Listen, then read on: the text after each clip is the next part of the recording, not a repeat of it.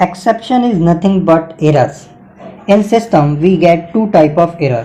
One is called compile time error and second one is called runtime error. Compile time error is just a syntactical error, whereas a runtime error is due to wrong logic we have implemented. We have not supplied what input is required. Some resources are missing.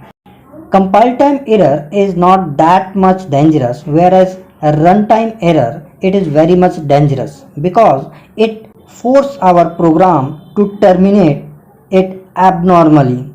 Exceptional handling is prevention of abnormal termination of program when exception occur and displaying some user-friendly message to the end user.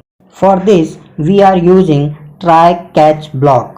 In try, we have written all the code of line in which we suspect that exception may occur.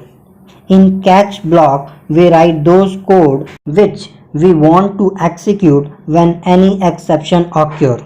We can write any number of catch block depending upon type of exception we are expecting, like index out of bound exception, divide by zero exception, overflow exception, format exception, and at the end we need to use catch block calling exception class, which catches all the exception which are not known to us.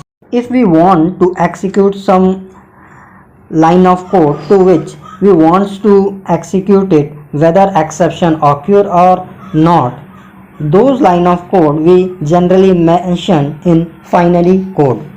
So finally will always execute whether exception occurs or it will run without exception.